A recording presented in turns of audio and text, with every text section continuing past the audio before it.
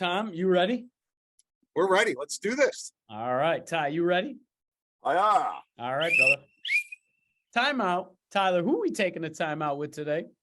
Kevin, thanks, man, for having us on the show again, man. Timeout with Leaders, Season 3, Episode 2. Well, today, ladies and gentlemen, children of all ages, we have Tom Ulbrich, the president and CEO at Goodwill of Western New York.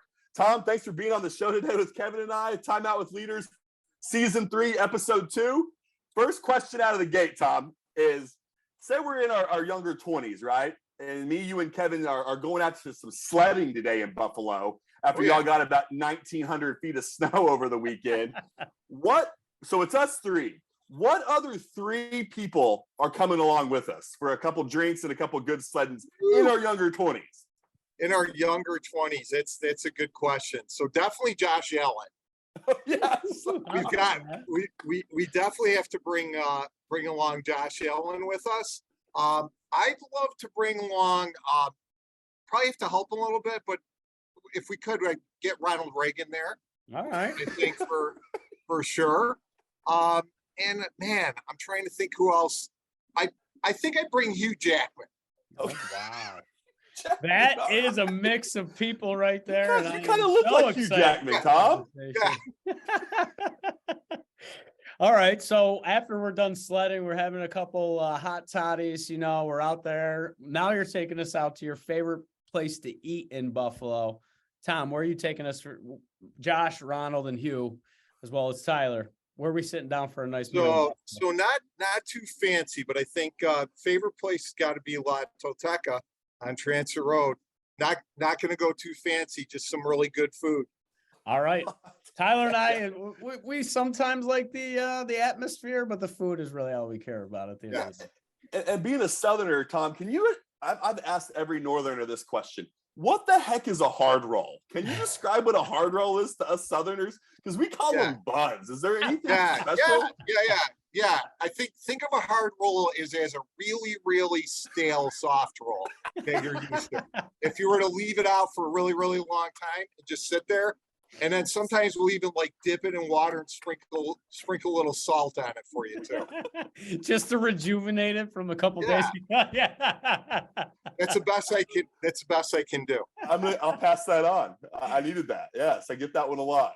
All right. So now we're having our hard rolls. We're eating at this claim to fame. What music are you going to request that we listen to on repeat? Whew, on repeat. I like to listen to just about anything, but if I got to date myself, I'd probably be pulling out some Chicago. Ooh, maybe. All right. Yeah, if I had to pick one band. That was about the only song I think my dad could play on the piano was one of Chicago's songs. There's a few of them, right? All right, so jumping into kind of the leadership side of it, I am giddy for today's conversation because you've kind of come from the business world into academics and now doing both business and academics. Right. What have you learned in leadership? Is it impact or is it influence? It's I think impact through influence is the way I think about leadership. And to me, it's really all about people when you get right down to it. Whether it's at a for-profit, a nonprofit, whether it's at a university, I like to think that probably the only competitive advantage left in business to me is your people. And that includes, I've worked with a lot of startups over the years when I was at UB, and sure, you might have a patent, you might have something you can protect, but you can have all the cash in the world, you can have the best strategy in the world, but if you don't have people to execute on it, you're nothing. So I think it's all about people when you get right down to it. Because I say today, similarly to you, I see it the same way. The idea now is the easy part. That used to be one of the hardest parts, but that is now seemingly the easiest part. Finding the people, developing the people, and getting them behind that mission, vision, and values to achieve those goals is the hardest. I share that same, and it's pretty powerful to see the variance. And you sharing with the entrepreneurial world, you can probably see the difference in those styles. I appreciate that. Ty, what do you got? Tom, I want to pick your brain a little bit. Well, for one, I wanted to ask you a quick question. If you're traveling on 490 today, and you could design your own billboard, and you had one message for you Buffalonians and Rochesterians that here today, what's on your billboard? And I'll get back to some leadership and some awesome startup questions, but what's on Tom Ulbrich's billboard? Wow. So, man, I'm going to go a little serious with you on this one. So, there's something that I heard a long time ago that it's sort of stuck with me. Just about life in general. I think as you get older, you start to consider this a little bit more. So I've got you guys by a few decades, I think. So I believe Brendan Burchard said this first, but really just thinking about, did I live? Did I love? Did I matter? And that's sort of, as you start to get older, all of your accomplishments, you start to realize the world's a pretty big place, and no matter how important you think you are, you're not, right? And in the end, it's really about, who were you able to have great relationships with? Did you live a great life? And did you matter? Did you matter to the people that you love? Did you matter to the people that you work with? Did you in some way change the world while you were doing what you were doing with your little time here? Dude, absolutely. And what matters to you to this day, Tom? What's your matter? Yeah, what matters to me right now is really a couple things. First and foremost is I want to be a really interesting grandpa. Like number one is I've got 6 grandchildren, and yeah, that's certainly really top of mind. But when it comes to business in the community, it's really it's right now for me, it's about legacy, like building something and helping build something that's great for the community. And really what I keep thinking about a lot is, how do I build the team that this business isn't about the leader? And that's a lot. When you work with a lot of small businesses, you recognize often the biggest stumbling block or the bottleneck to success is their leadership. If they just look in the mirror and it's like, wow, you're the one that's kind of holding it back.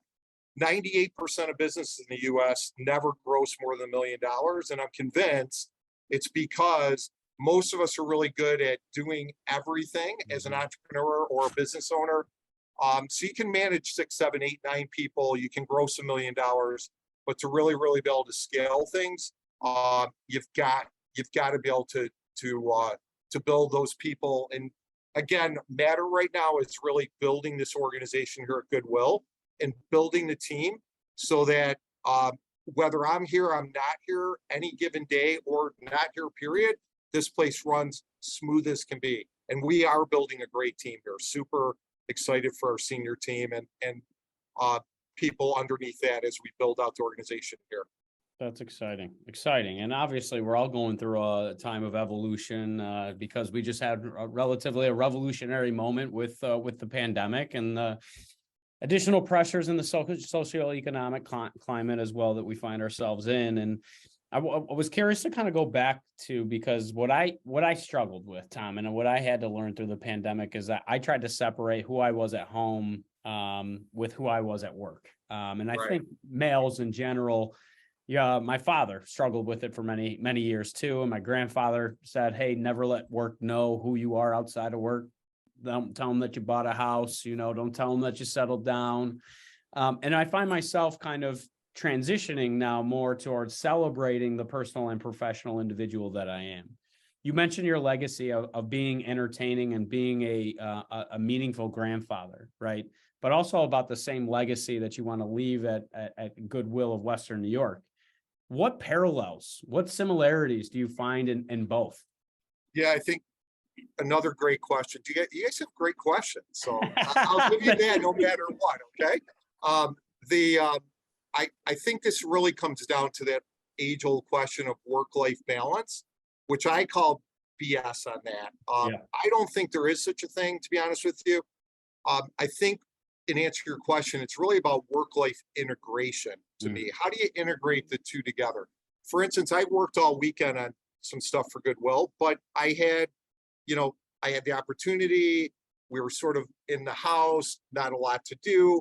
And then I might be doing something with my grandkids on a Friday afternoon at 3:00 or whatever opportunities arise, right? And I think you've got to integrate those. And what's maybe a little bit different today is that work and life are that separate for a lot of people. I think you have to be able to manage that. But I also think really back to leadership, the best leaders are transparent, and transparency is like letting people in to know who you are. And that doesn't mean they have to know every little detail about every little thing in your life, but letting them recognize that you're a real person and you've got real, joys, struggles, the same as every other human being has. And I think that integration of the two is really critical for leaders today.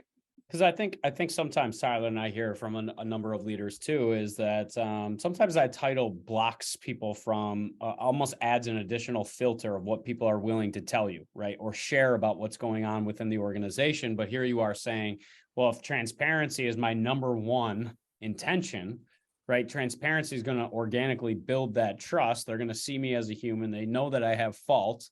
And here we are, we can create an environment where we all fail together, but we learn faster. How have you created, I guess, that relationship to share, hey, this is who I am outside of work. I believe in transparency. I believe in a team, putting the right people in the right seats.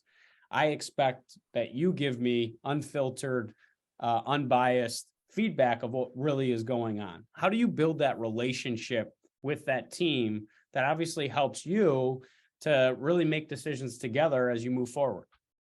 So I came to Goodwill May 1st, 2020, right in the middle of the COVID crisis. We were closed.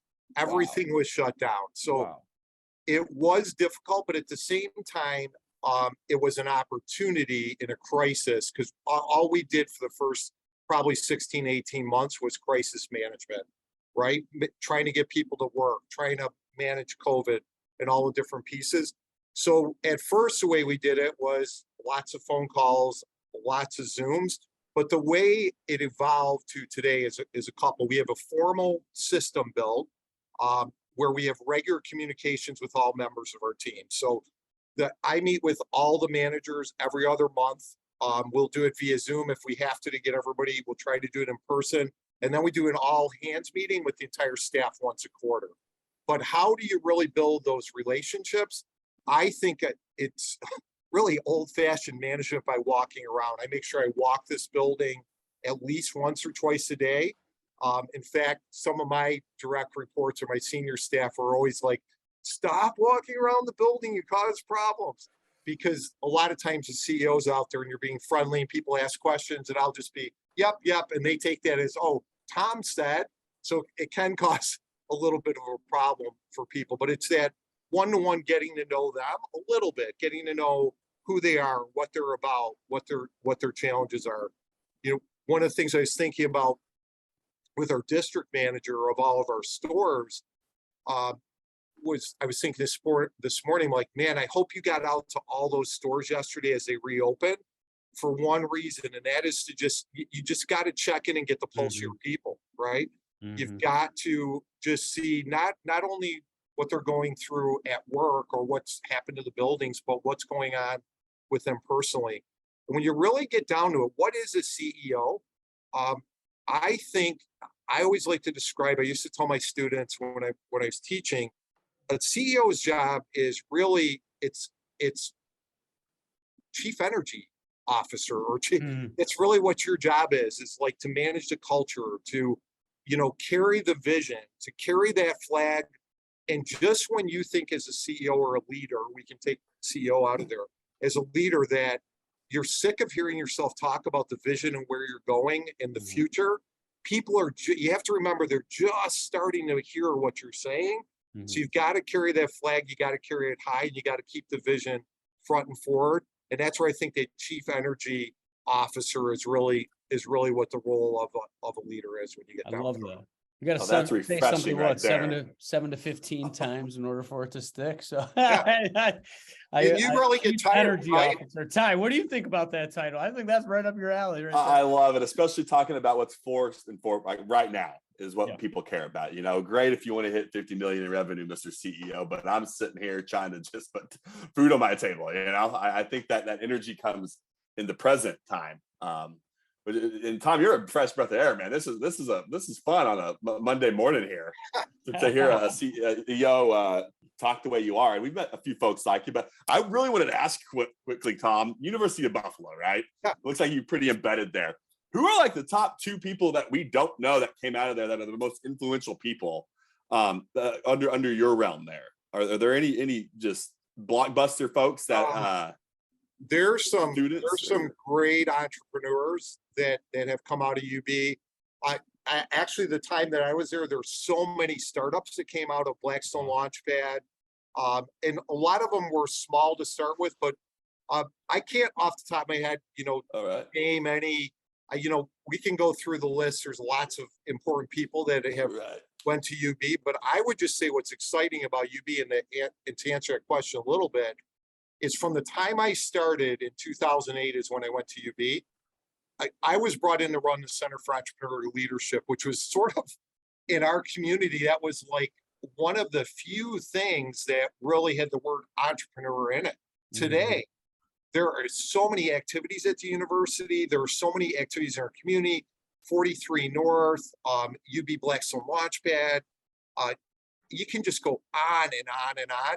And to see and be part of that culture change in our community at the time I was there, and now, still working in the community, obviously with Goodwill, is just so exciting to see people, to get people, or people start to see that they can maybe believe in themselves and start a business. And so many human beings want to do their own thing, but there's often not a lot of role models around, and, right? And we're starting to get that role model, after role model, where people can look and go, wow, Dan Manuszewski, was one of the founders, Jack Greco, the founders of ACV. Look at them today, and they were just like us at one time, right? But they were grinders, they were dreamers, they were there. In the end, they were doers. So I think that's what's really cool, is to be able to see how much good stuff is coming out of our community. A lot of it is coming out of UB too.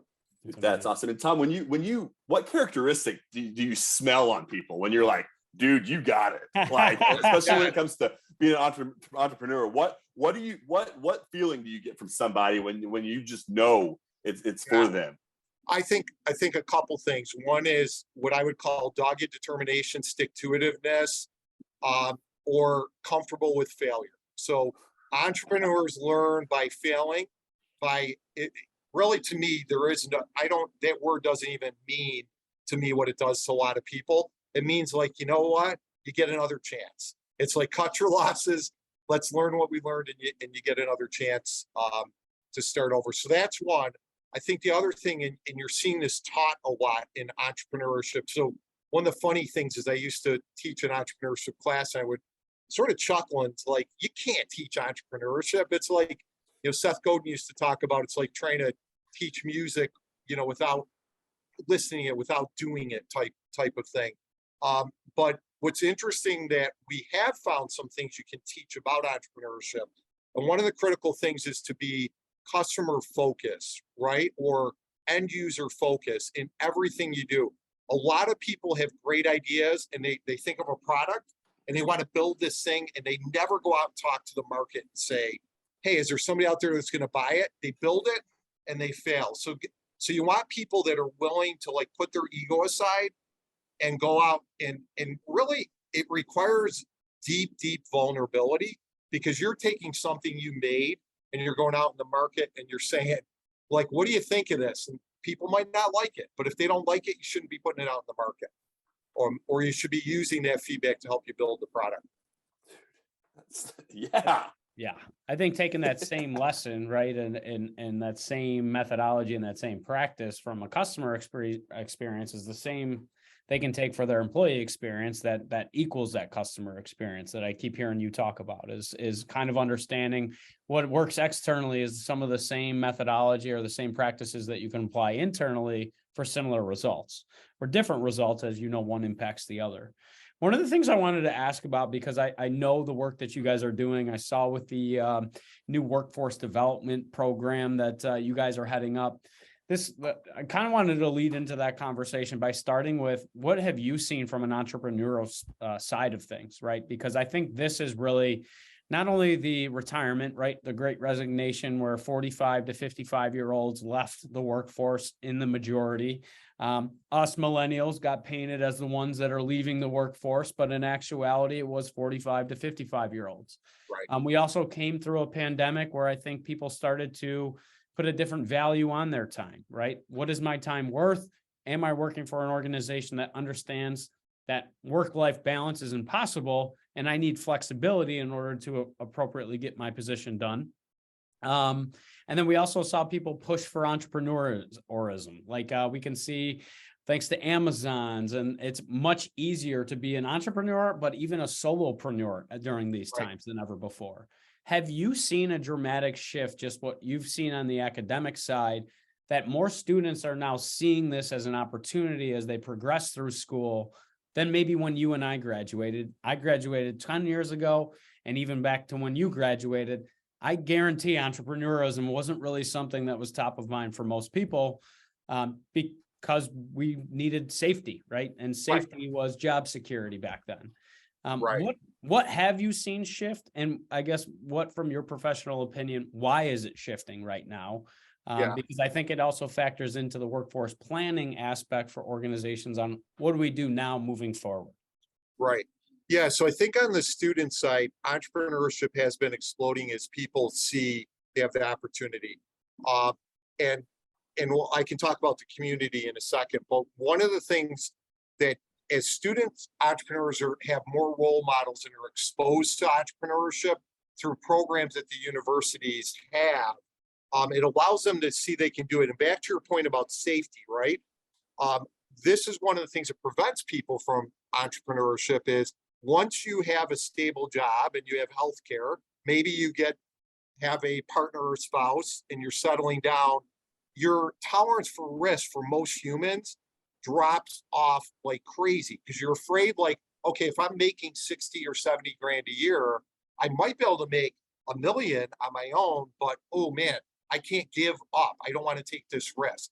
So I think as a student, a lot of people are into it. If you can catch them early enough, they're much more open to taking that risk. Now, as a community or as the country, the world, anytime there is any type of recessionary activity or a thing like COVID-19, where people are out of work, entrepreneurship explodes out of necessity. So if you go back and you look at the Fortune 500 companies and you go back and look at their history, it's almost to a T, they were formed during a deep recessionary period because you have some very, very talented people that might have been laid off or at home or lost their jobs that have a lot of skill, but that safety factor or that fear factor, I'll call it, prevented them from doing anything. Well, COVID, getting laid off, that ripped the fear factor away because there was nothing to be afraid of because maybe you didn't have it anymore, right? Or with COVID, as you said in the question, people are reconsidering what's important to them. And one of the hopes and dreams of most entrepreneurs is freedom from the 9-to-5 lifestyle. Now, the truth is, you might probably working 10 times that. Probably going to work 10 times as much, but you get to make your own schedule, right? But I think a lot of people are seeking that freedom. And the final thing I'll say about entrepreneurship that's exploding is entrepreneurship in the minority or underserved communities, where people there's more programs, there's more opportunity, there's more funding, and there's more role models. So the fastest growing area of entrepreneurship is actually your traditionally underserved communities, which is awesome to see because what does entrepreneurship do? It doesn't just give somebody a job, it gives them the opportunity to create wealth, to create generational wealth. And if we want to talk about equity, that's not, I know that's a much more complicated discussion, but that's a good place to start, is having a good job, having good benefits, and maybe having your own business to be able to generate not just a job or pay your bills, but generate excess wealth. And now we're seeing, and Tyler and I had an interview with Brittany Willis on the show back in season 2, talking about side hustles, right? And now you're starting to see a more of a push where individuals are kind of dabbing and getting their feet wet in what does entrepreneurialism look like, right? Can I And side hustles are something that I've seen continue to grow quite significantly, probably because now as people have time, they're starting to say, well, I have time to do that, or I have a few minutes here. Are you starting to hear more about side hustles than you've ever heard before as well? Yeah, a lot of people doing side hustles, some out of necessity. So when it comes back to your question, like how does this impact workforce development programs? One of the things that we found post COVID-19, and the reason we built the Good Skills Career Builder, we built it for two reasons. One was to get people on a career path where they could have wealth generation, entry-level job that doesn't require a college degree, but in advanced manufacturing or tech, where they can get in the door with a good wage, good benefits, then there's a career path forward. But what we found was that people don't need a piece of paper. They don't need to go to more school. They need to have really good, what the employers want is somebody with attitude, aptitude, and commitment. That's what they need.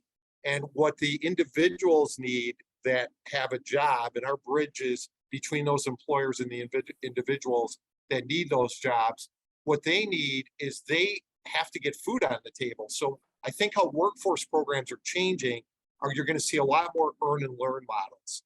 So recognizing the fact like, oh, we might not be able to send people a wave to a 12-month program because they're not going to go, they can't afford to go, and they need to take care of their family. But we can put them in a short program, get them a job, and then when they're in the job, continue to upskill and educate them with the employers.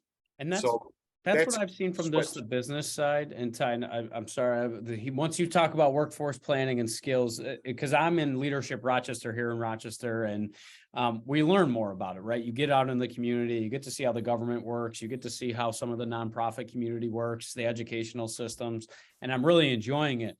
But the real missing piece, to your point, is there's a huge need from the workforce right now, right? Employers have a massive need.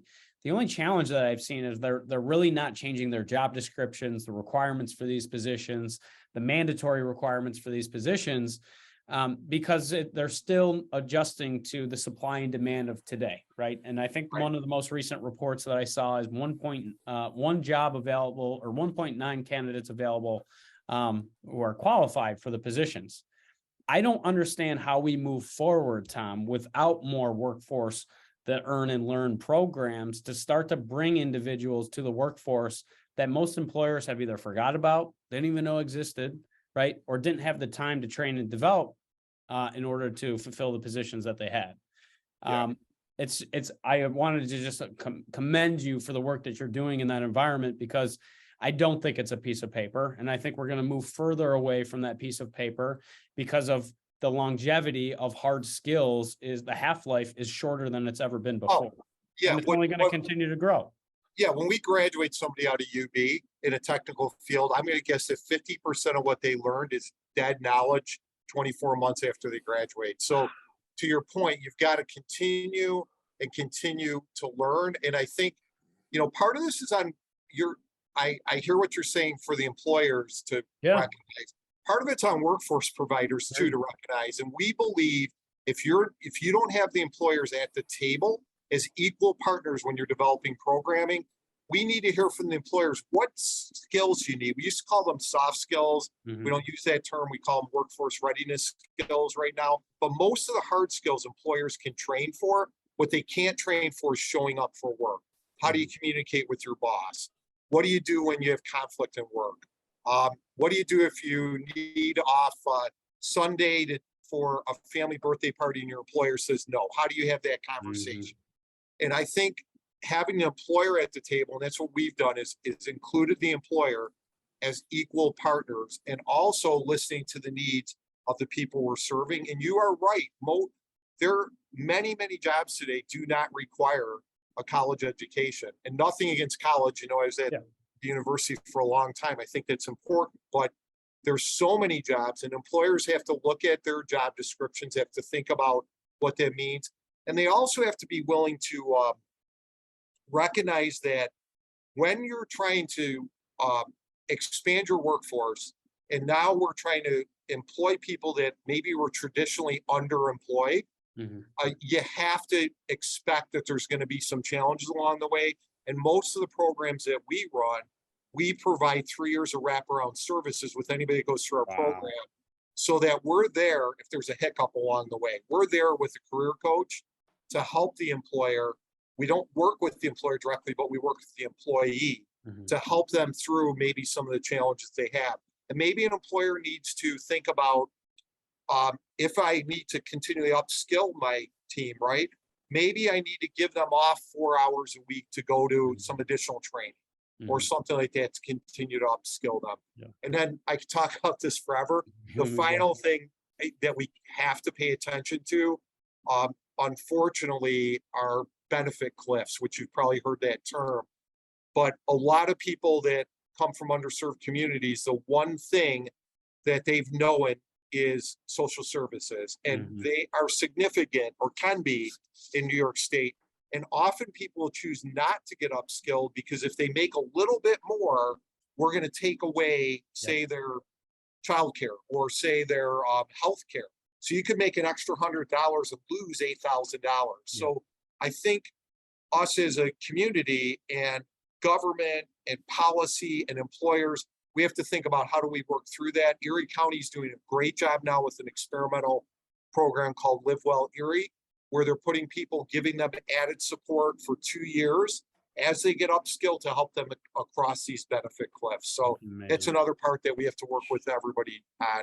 Otherwise, people, there's no incentive to move up if you're going to lose things. Yeah. Well, like you said, it's almost looking at it from the business perspective. We always used to call these capital improvements, but capital improvements never really included learning and development with the reskilling and upskilling. Right. To reinvest in the organization. And I would say most organizations, to your point, are challenged to even understand what skills will be required even down the road. We're in a very reactionary state, and this is where I get to consult on the HR side and workforce planning side. We're very reactive.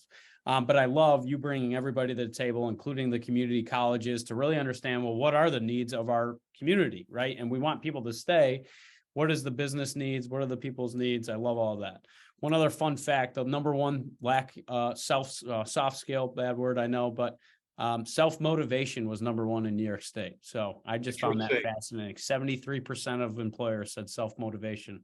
Yeah, and it's interesting because it comes to leadership, right? I do not believe, and I know there's probably somebody in organizational behavior that will maybe disagree with this, but I don't think we motivate anybody as leaders. We can inspire people, but people need to motivate. That motivation, I believe, is largely internal. We can inspire people. We can give them that vision. We can show them where we're going. We can inspire them, but a lot of the motivation has to come internally. Yeah, and I think it comes from the environment that you create, the culture, the environment, the ingredients to grow. Tyler, I've already hogged Tom's time enough here. What questions are you got burning to ask? Oh, dude, this is awesome, guys. I could do this forever. I mean, I'm a part of the workforce, just what we're talking about, Tom. I'm in the recruiting business, so I see it all day on just the whole nine. You know, I could honestly, I'm a nerd for the market. I don't know why, but I care about the market of, IT professionals, for instance. But Tom, we were talking about fear about 10 minutes ago. I heard you say the word fear a few times. Is there anything that intimidates you nowadays? I mean, you seem like a pretty confident soldier. What intimidates Tom? And if nothing, what did you use to fear, and how did you overcome that?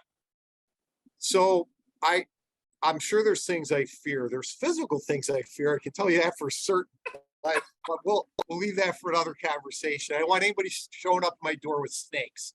Okay, it's like you can keep your snakes over there. I think the best way to answer that question is, there's physical fears that I have, like don't show up with any snakes at my door. But taking that aside, I think at this point in my career, the biggest fear I have is not getting to or not doing everything I was put here to do. If you believe in serendipity or you're here for a purpose.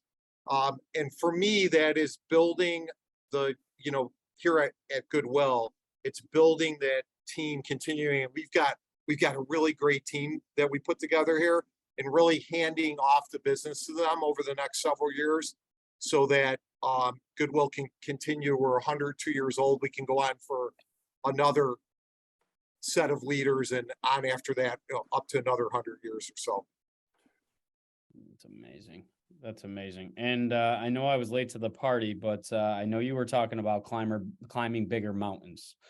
Yeah, we were talking about a little bit. We were talking about uh, executive coaching, right? And I'm a firm believer uh, that all leaders, all senior leaders, can benefit from a coach. I mean, we could have a whole discussion on that, but firm believer in that. And I remember one of the biggest learnings I've ever had, and it actually happened probably about 3 years ago, was a coach I was working with said, "You're really good at climbing mountains and grabbing the flag at the top, but and then going on to the next mountain. But why don't you just make a bigger mountain so Hmm. that you can really, really accomplish something?" So I think this comes from my background as an entrepreneur. So entrepreneurs are often attracted to shiny objects.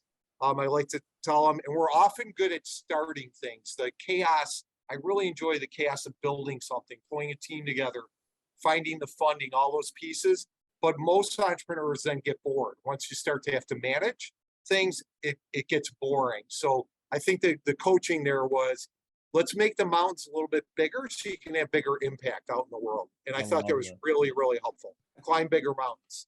Yeah, and it's almost like setting small goals and then stretch goals and all those other Yeah. things. And really, I loved what you said because it was something that way back when Coach Ken Clifford here at Roberts Wesleyan had a tagline that just said "Thrive in Chaos." And I think you explaining that entrepreneurs kind of have that ability to connect dots and help others to really look at it maybe and challenge their way of thinking previously. Um, I really wanted to ask this question because I know you're having a lot of those discussions with entrepreneurs, right? And you talked about checking the ego. You talked about ego kind of getting in your way of development. If you had to say a top four that you really sit down and coach these entrepreneurs at UB's program, what is the top four? What is Tom's top four to leadership? So for entrepreneurs, if I was teaching a class, which I'm not teaching there anymore, but if I was teaching what I would be saying to entrepreneurs, one is look in the mirror. I think that's the very first thing. Almost always, I'm going to guarantee you that if you're stuck, you're off in the bottleneck. Hmm. Two is build a great team so the business doesn't even need you.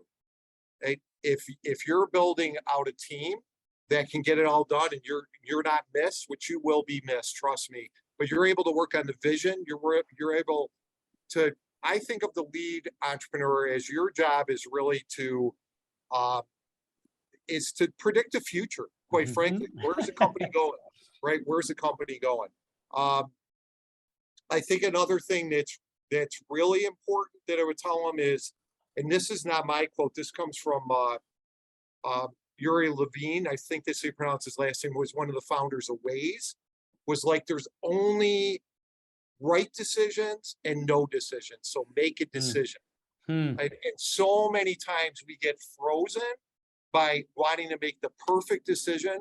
So the best entrepreneurs in the world, I hate the word pivot because I think it's just been abused and overused, but they're really good at iterating. They're really good at probing, taking a step forward, learning information. You got your antenna up, you gather all this in, and you're willing to step back, take the ego away and go, okay, I got to move 5 degrees this way to be successful. And if you ever look at a path of an entrepreneur from what they thought was going to be their idea to what the final product was, it almost always is a zigzagging path as they learn information to kind of get there. And then the fourth thing I would say as an entrepreneurial leader, always remember momentum begets momentum. Man, if you can get rolling, you are gonna keep rolling. It works in sports, it works in life. So when you've got momentum, take advantage of it. And if you don't have it, go look for it, dig it up, because that's, if you start getting funding, you're gonna get more funding. It's actually, happened at some level here already at Goodwill. We're trying to build, one of my goals is we have a social entrepreneurship or social innovation model. Our retail stores can totally self-fund our workforce development if we grow them and get them profitable enough. We've got the goal of being totally self-funding by 2030. We need some bridge funding And we've raised over $5.1 million in grant funding, which we need temporarily, but back to momentum begets momentum. We got some momentum. We did some research. We found a gap in it that needed to be filled. We filled it. We did a pilot project, and it starts to feed itself. So I think that's really critical in entrepreneurship. Well, I'm extremely excited to continue to watch that evolution, because it's amazing to see a nonprofit really take workforce planning and workforce development to this level. Where most for-profit organizations, we're still waiting for others to develop the talent first, and then they'll be interested. And this is, I think, just kind of, if I was to summarize today's conversation, one of the biggest takeaways that I have is the importance, Tom, of you humanizing yourself first as an individual and knowing who you are, to relate in those one-on-one conversations, to have a more trustful and transparent relationship, to build the team, putting the people in the right seats. But it all starts with humanizing yourself first. And I really thought that was kind of the key takeaway for me from this conversation. But I just want to say thank you so much for agreeing to be on part of the show. Thanks so much for dealing with the technical difficulties halfway through or 3/4 of the way through. Not a problem. But I really just want to say thank you so much for all that you're doing, not only as an individual for the community up there in Buffalo with reskilling and upskilling the individuals to provide them a career opportunity, but just your perspective. We need more leaders like you, because you clearly see the difference that you can have on the greater community in which you're a part of. So really appreciate your time today. Thanks. And thanks for having me. It was a lot of fun. You guys are a blast. Oh, this is awesome. More to talk come. about momentum all day, Tom. Momentum is and that's exactly what I tell Kevin like every other morning. Yeah.